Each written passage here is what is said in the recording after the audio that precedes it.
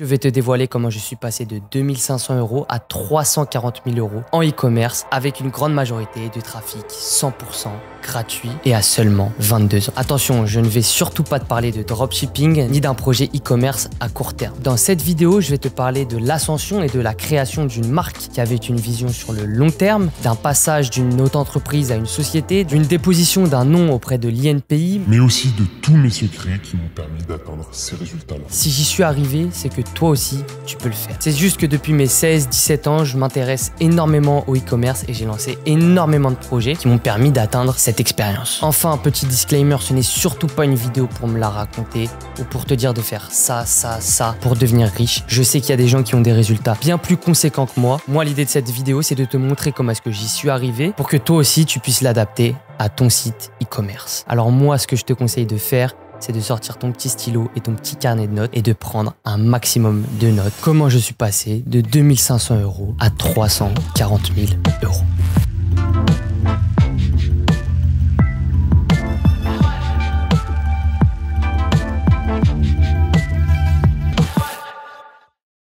Avant toute chose, je pense qu'il est important de te remettre un peu les choses dans le contexte. Comme je te l'ai dit dans cette introduction, moi, l'e-commerce, ça fait longtemps que je m'y intéresse. Donc, j'ai commencé un peu comme tout le monde, j'ai l'impression, avec du dropshipping. J'ai essayé de lancer mes premières boutiques. Mais moi, à cette époque, j'avais que 16-17 ans. Et au final, j'avais pas eu le courage de prendre la carte de mon daron pour passer à l'action. Je me suis donc dit que j'allais d'abord accumuler un peu d'argent grâce à différents business et même, je sais pas, un peu de babysitting, etc. pour ensuite pouvoir enfin lancer mon premier e-commerce. Donc, j'ai fait plein de choses. J'ai vendu des cigarettes au lycée, j'ai vendu des pulls, j'ai fait du dropshipping sur eBay directement et je me suis fait bloquer mon compte. J'achetais et revendais aussi beaucoup de vêtements sur Vinted et ça marchait quand même assez bien pour moi. Dès lors que j'ai commencé à avoir un peu de budget, j'ai donc lancé ma première boutique.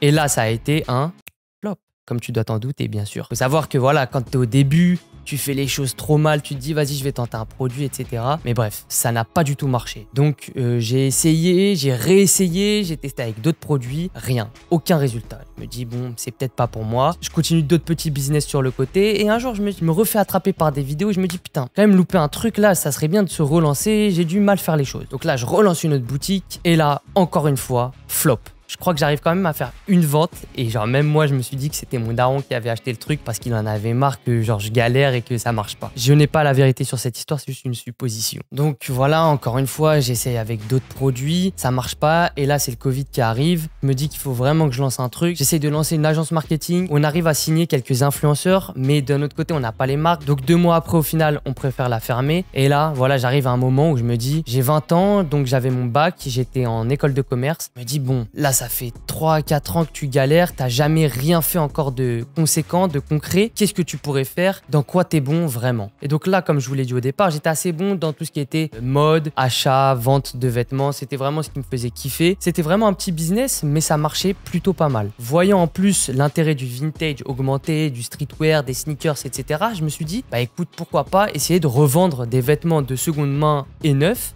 ainsi que des sneakers sur un site web. J'en ai donc parlé à mon meilleur ami. 2 mois après, parce qu'il y a eu les vacances d'été entre temps, on a lancé le projet Central Montmartre. Donc Central Montmartre, pour faire très simple, c'est une boutique e-commerce où l'on revendait des pièces vintage streetwear neuves et de seconde main, ainsi que des sneakers. Donc le projet, il commence en septembre 2020. Au départ, on n'était pas encore sur un site internet et on bascule sur le site internet en janvier 2021. Donc pour commencer ce projet, il faut savoir que moi j'étais totalement broke, j'avais 0 argent et j'ai donc utilisé un prêt à la banque pour mon école de commerce, auquel j'ai ajouté 1500 € du coup pour ajouter ma part dans la petite structure qu'on venait de créer. Et c'est comme ça qu'on a pu mettre au final 2500 € parce que mon poteau Théo avait mis 1250 € de sa poche et moi aussi j'avais fait la même chose. Donc on commence le projet avec seulement 2500 € et avec cet argent, qu'est-ce qu'on fait? Ben, on achète du stock. Bien sûr, comme tous les projets entrepreneuriaux, ça ne s'est pas passé comme prévu. On a fait plein d'erreurs au début, on a acheté des vêtements qu'il fallait pas qu'on revende. Bref, je vous épargne tout ça et on se retrouve directement en janvier 2021 lorsqu'on a un peu plus de budget du coup parce qu'on a revendu entre-temps sur Vinted et que là on lance officiellement centralmontmartre.com. Donc ce site, il faut savoir que c'est moi qui l'ai fait justement grâce à l'expérience que j'avais eue en dropshipping où je lançais plusieurs sites, etc. La V1, elle était faite sur un thème début Shopify, vous savez les thèmes à l'ancienne là, et ça ne nous a pas empêché de vendre. Et ça d'ailleurs c'est une première leçon de cette vidéo, c'est que vous n'avez pas besoin d'un site e-commerce ultra performant pour vendre. Optimiser son site, c'est bien pour optimiser son taux de conversion, mais au départ, vous pouvez tester vos produits, tester votre offre avec un site assez simple, mais qui fait largement l'affaire. Si vous voulez vous lancer dans l'e-commerce avec une structure vraiment fiable, moi je vous recommande Shopify. Et donc, vous trouverez mon lien pour profiter de 1 € pendant 3 mois, ce qui n'est rien du tout sur tous vos abonnements. Donc voilà, le site, il a commencé avec une petite V1 et ensuite, petit à petit, j'apprenais des astuces à gauche, à droite, comme j'étais vraiment dans le concret. Et je pouvais rajouter des petites applications. Vous savez, sur Shopify, on peut ajouter plein d'applications pour ajouter de l'urgence, pour ajouter en fait plein de choses qui vont petit à petit augmenter ton taux de conversion. J'ai même fait des calls avec plein de gens qui étaient spécialisés en e-commerce. Et de cette façon-là, petit à petit, le site se structurait de plus en plus. Mais voilà, je vous afficherai une petite vidéo, ça restait quand même très simple. Maintenant, concernant les produits que l'on vendait. En vérité, il faut voir une activité de revente de vêtements, surtout de revente et non pas de création de marque, comme du dropshipping en réalité. C'est-à-dire que vous avez des produits winners et vous avez des produits qui vont pas vous ramener grand-chose. Et ces produits winners, il faut les identifier au plus vite parce qu'en réalité, c'est avec ça que tu peux faire ton marketing, c'est avec ça que tu peux mettre en avant ta boutique et c'est généralement ça qui partira très rapidement. Nous, on vendait vraiment en fait ce qu'on aimait comme produit, donc c'était assez compliqué à vendre. Mais voilà, on faisait des petites photos portées, on essayait de faire un petit branding un peu sympa, mais rien de spécial. Jusqu'au jour où on fait un peu plus de recherche du coup et on découvre ces pantalons Ralph Lauren. Et donc là, pareil qu'en e-commerce, en dropshipping, ça, c'était notre premier produit winner. On avait énormément de demandes et il y avait très peu d'offres en fait. En France, il y avait aucun fournisseur qui proposait en fait ce type de pantalon-là. Donc nous, on a dû faire nos recherches, etc. jusqu'au jour où on a réussi à sourcer ces pantalons-là. Malgré ça, on n'arrivait pas à avoir autant de quantité qu'on voulait, mais dès qu'on les a mis sur notre site, c'était la folie. Et ça, c'est comme ça qu'on a trouvé notre premier best-seller. Et vous connaissez la règle des 80-20. Là, c'est exactement ce qui s'est passé. 20% des produits que l'on vendait sur notre boutique donnaient 80% de notre chiffre d'affaires. Les pantalons Ralph Lauren, malgré qu'on les ait en quantité seulement limitée, ils représentaient énormément de notre chiffre d'affaires chaque mois. Et donc nous, ce qu'on a fait, c'est qu'on a capitalisé sur ce produit à fond, à fond, à fond. Et ça, je pense que c'est une des parties les plus intéressantes de cette vidéo. Comment est-ce qu'on a réussi à renvoyer vers notre site du trafic qualifié et majoritairement gratuit. Tout notre budget, nous, on le réinvestissait vraiment dans notre stock en fait. On achetait du stock parce que plus on avait de vêtements sur notre site, plus on pouvait vendre. Et vous savez, en plus, comme c'était essentiellement de la seconde main, les produits de seconde main, tu les as en pièces uniques. C'est-à-dire que tu les as une fois qu'il est vendu, c'est fini. Donc, c'est compliqué pour scale un produit. Donc, nous, il fallait vraiment qu'on ait un maximum de produits à la revente sur notre site. Et donc là, ce qu'on a fait, c'est qu'on a commencé par identifier les réseaux sociaux qui allaient nous apporter le plus de trafic. Donc très vite, on a cherché en fait parmi tous les réseaux sociaux et on s'est rendu compte que Instagram, TikTok et YouTube, c'était les 3 où se trouvait notre communauté. Donc nous, on avait une communauté assez jeune, assez engagée dans le vintage justement, qui n'a pas peur de s'habiller en seconde main, qui est toujours dans ce délire un peu streetwear parce qu'on vendait certaines pièces, des sneakers, etc. On savait que ces gens-là étaient sur ces plateformes-là. On aurait pu rajouter Twitter, mais au départ, on voulait vraiment target précis. Lorsqu'on a lancé TikTok, ça n'avait pas explosé encore. Donc, on était vraiment à fond sur Instagram. C'est là où on a vraiment commencé. Au départ, on a fait des petites stratégies pour faire monter le compte petit à petit, follow, unfollow. Ça nous a permis de monter jusqu'à 3000. Après, on a organisé un petit concours pour faire encore un peu plus monter le compte, mais ça galérait. Il n'y avait pas encore les Reels pour avoir autant de visibilité. À cette époque-là, c'était encore super compliqué à augmenter parce qu'en fait, Instagram privilégiait en fait les gros créateurs qui avaient déjà une communauté. Donc, nous, on a fait quelque chose d'assez simple, c'est-à-dire du contenu régulier. Donc, tous les jours, il y avait une photo qui sortait, carousel, photo, vidéo. On a tout testé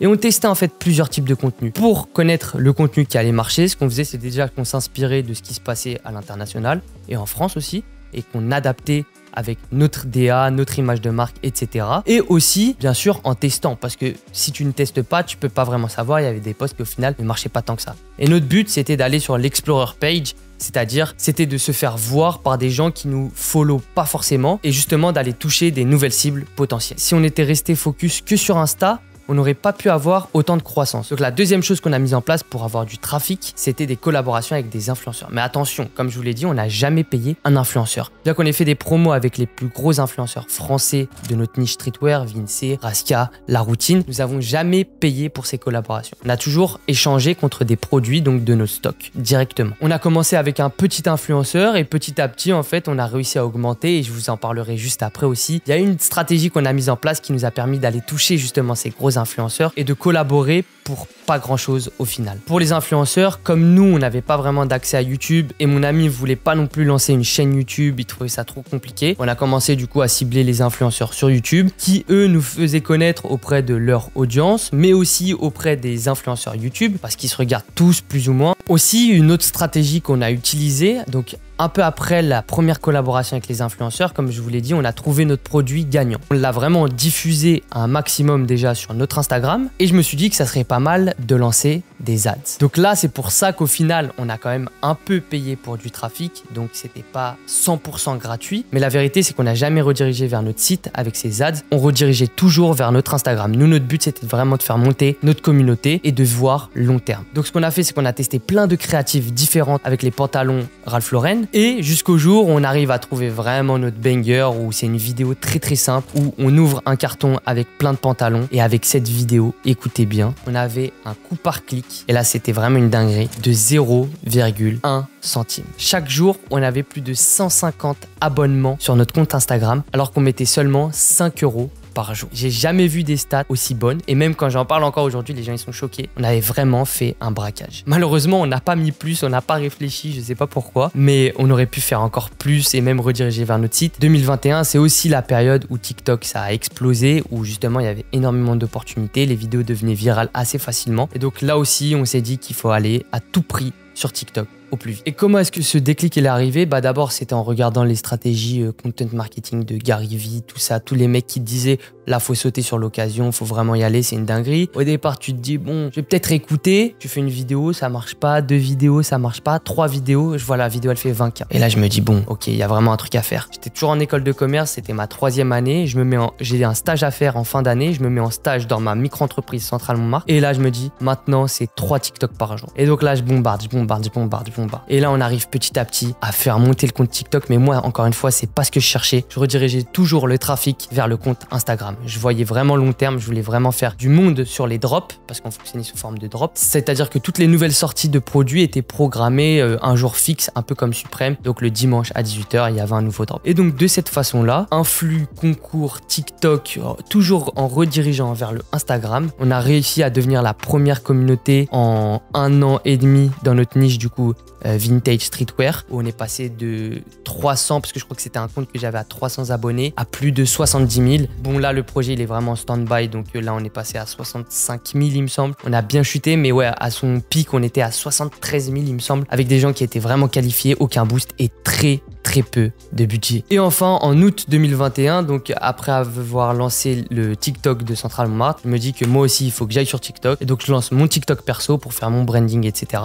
Et surtout aussi pour envoyer beaucoup de trafic vers Centrale Montmartre, mais avec une autre approche, une approche beaucoup plus tournée autour du resell, de l'e-commerce, de l'entrepreneuriat, des marchés, des négociations des vêtements, du vintage, etc. Et ça aussi, ça a permis de bien booster le trafic quotidien sur notre site. Tout à l'heure, je vous ai dit qu'on arrivait à toucher des influenceurs sans avoir à mettre des milliers d'euros sur la table. Et là, tout de suite, je vais vous expliquer comment. Mais avant de te plonger dans cette deuxième partie, je t'invite tout de suite à t'abonner, liker, commenter. Je passe énormément de temps à écrire toutes les vidéos, à essayer de vous sortir le contenu le meilleur possible. Et juste de faire ça, c'est super important pour moi et pour la chaîne. Donc moi, je lisais pas mal de livres à cette époque, surtout livres marketing, business, dev perso, etc. Je kiffais. Et d'ailleurs, je kiffe toujours autant. Et j'ai lu un livre qui s'appelle La Vache Pourpre de Seth Godin, il me semble, qui est un expert marketing. Et donc dans ce livre, en fait, il dit qu'il faut se différencier de par son produit, que son produit sorte en fait de la masse et que juste en regardant, on se dise ok, c'est différent de ce que j'ai l'habitude de voir. D'ailleurs, même lui, son livre, il est violet avec une forme de vache, il me semble. Et donc quand il a parlé de cette stratégie ou de ce principe, on va dire, un peu marketing, qu'est-ce qu'on peut faire nous qui puisse nous permettre de nous différencier de la masse et de faire du marketing et de faire parler de nous encore plus. Et donc là, on regarde un peu tout ce qui se passe, tout ça, et on voit que le concept de box mystère marche extrêmement bien. Et donc nous, ce qu'on fait, c'est qu'on fait la première box mystère française. Donc un mix entre des vêtements vintage, des vêtements neufs. On a même fait des box sneakers. Et avec cette box-là, on a fait du chiffre d'affaires, mais pas énormément de marge, mais c'était surtout pour faire connaître notre marque. Et au final, avec cette box, on a réussi à toucher les plus gros influenceurs qui voulaient faire des collaborations parce qu'ils voulaient parler de cette box et faire une vidéo de celle-ci. Ça se prêtait extrêmement bien à une belle vidéo sur YouTube. Vous savez, les vidéos box mystère, tout ça, les gens ils kiffent. Juste de cette façon, on a réussi à toucher en fait la masse, nous faire connaître et en même temps nous faire connaître auprès des influenceurs qui voulaient à tout prix collaborer avec nous. Donc là, je vous ai énormément parlé de trafic parce que pour moi, c'est la chose la plus importante. Sans trafic, tu ne fais pas de vente. Donc maintenant qu'on a vu cette longue partie sur le trafic, que j'ai décidé vraiment de bien étoffer parce que je pense que c'est ultra important, comment est-ce qu'on va faire venir un maximum de monde sur notre site et ensuite, qu'est-ce qu'on peut améliorer sur notre site, comment est-ce qu'on peut l'optimiser pour vendre à chaque fois plus. Au départ, tu vas vendre peut-être à 2 clients sur 100, donc avoir un taux de conversion de 2%, mais petit à petit, tu vas comprendre que si tu mets ça comme ça, bah, tu vas faire 4%. Et voilà, c'est comme ça en fait que tu montes petit à petit. Mais je ne peux pas vous parler de trafic sans vous parler de LTV, donc la Lifetime Value Client. Effectivement, il y a un principe en vente qui est très simple, c'est-à-dire que vous payez beaucoup plus cher à attirer des nouveaux gens sur votre site plutôt que de faire à nouveau acheter des clients que vous avez déjà réussi à convertir. Il me semble que les coûts sont 7 fois moins élevés, c'est juste une dinguerie et ça c'est quelque chose que nous, on a mis en place directement. Et au final, on avait des très beaux clients, je pense qu'il y a même des clients qui ont dépensé peut-être plus de 2000, 3000 euros chez nous et tout ça juste en leur rendant en fait le service qu'ils devaient avoir, c'est-à-dire en leur envoyant une confirmation de commande, en leur envoyant leur suivi, en leur envoyant leur article dans les 2 jours ouvrés, en leur ajoutant une petite carte, en leur ajoutant un petit message de remerciement pour leur commande, que le produit délivré soit comme promis, en acceptant les retours, etc. Et ça d'ailleurs c'est extrêmement important, c'est-à-dire que vous ne devez pas voir comme du one shot. Faites un client, voilà, le service il est pourri, vous lui envoyez le produit, c'est rincé. Mais bon, au moins vous avez fait votre vente. Il faut vraiment voir votre business sur le long terme et vous dire qu'un client peut vous rapporter bien plus. Et lorsque le client rachète chez vous, vous pouvez cumuler des anciens clients et des nouveaux clients. Et c'est là où vous rentrez en forte croissance. Ensuite, une fois qu'on a compris ces concepts, il faut savoir que c'est juste de la réitération. À chaque fois, on fait la même chose. C'est une boucle. On poste tous les jours, on fait des TikTok, on fait des collaborations, on fait tout ça. Et boum, petit à petit, ça monte, ça monte, ça monte, ça monte. On peut essayer de développer des nouvelles stratégies pour faire encore plus de bruit. De cette manière-là, vous allez voir que sur le long terme, en fait, ça va monter tout seul. Et comme je vous l'ai dit en début de vidéo aussi, bien sûr, prenez en compte l'importance du produit.